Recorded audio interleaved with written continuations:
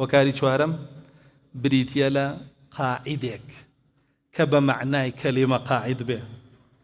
رسول الله صلى الله عليه وسلم ئاسا بێ بە شوێن ئەوە بڕوە. چەند بێ قاعیدین، قاعیدەمانەیە، بەڵام زۆر بێ قاعیدین. بەبێ قاعیدیش بەبێ سەرکردەش سەرکەوتن بوونی نابێ.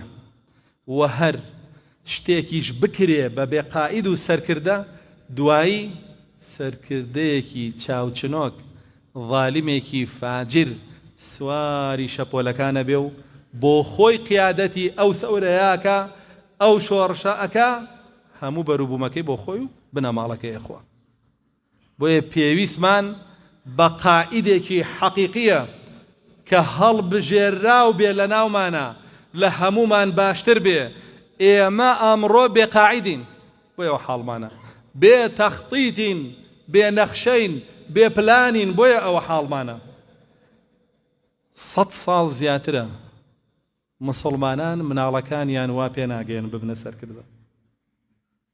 مسلمانان مناڵەکانیان هەر دەستەمۆکەن، هەر ئەیترسێنن. دیوار گوێی هەیە،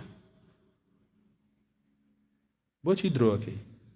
وا دیوار گوێی هەیە، دار گوێی هەیە، بەرد گوێی هەیە، بۆچی درۆکەی لەگەڵ مناڵەکەت؟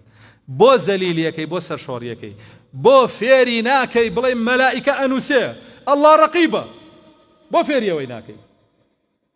لەبەرەوەی ناتەوێت دروست بێ. خۆت چەپۆکی پیاکێشی بۆی سەردەر نەکە ئەگەر ئەو بیشیەوێ سەردەرکە. تەماشاکە بەنی ئیسرائیل کۆبوونەتەوە، پێغەمبەرێکیان لە ناوایە شەموئیل، بەڵام جیهاد ناکات دژی ئەمالیقەکان لە قودسە، حتا ئەڵڵا قاعیدێکە نێرێ. خۆیان کۆبنەوە بۆ لای داوای لێکەن قائیدێک دیاری کا بۆیان لە پشتیەوە کۆشش کەن دینەکە سەر بخەن. ئەوەیە ئەڵڵا سبحانه وتعالى تاڵوتیان بۆ نێرێ. تاڵوت شوانێکە، بەڵام ئەڵڵا جەلە جەلالوهو دووشتی پێیاوە: عیلم و جسم، غیرەت و هێز و توانایی، زانست، حکمت. بۆیە سەرکردایەتیانەکا و شکۆ ئەگێڕێتەوە بۆ بەنی ئیسرائیل. بەڕاستی ئێمە بێقائیدین و بە درێژایی ئەم 100 ساڵە، ئەم 150 ساڵە زۆرێک لە خیانەت و بەدکارەکان هاتن خۆیان وەکو قاعید پیشاننا، هەتا ئەو کاتەی دەوریان پێدرا بوو.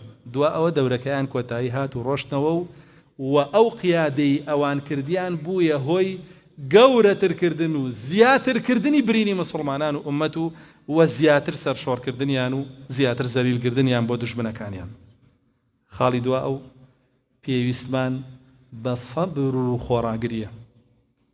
پێویستمان بەوەیە ئارام بگرین، وەکو چۆن دوژمنەکانمان پشودرێژن لە بەرامبەرمانە بۆ لە ناوبردنمان و بۆ زەلیلکردنمان، ئێمەش پێویستە پشودرێژ بین بۆ دژایەتیکردنیان و بۆ سەرخستنی دینەکەمان.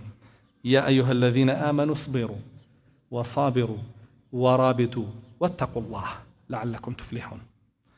ئەی ئەوانەی ئیمانتان هێناوە، خۆتان خۆڕاگر بن لەسەر دینەکەتان، خۆڕاگر بن لەسەر جێبەجێکردنی فەرمانەکانی ئەڵڵا، لەسەر وازهێنان لە قەدەغە کراوەکانی و لەسەر بەڵاو مصیبەت و ئەقدارەکانی.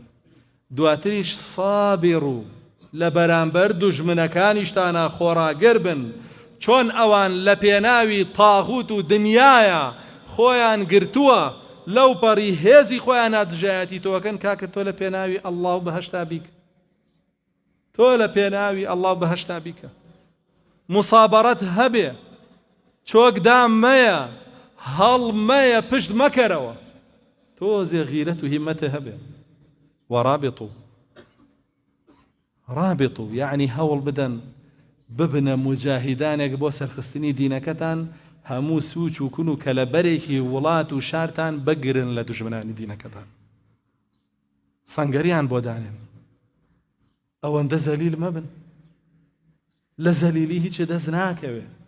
ئەو ژیانەی بۆت نووسراوە هەر تەواویەکەی، بۆ بە زەلیلی تەواویکەی، بۆ بە سەربەرزی تەواوی نەکەی.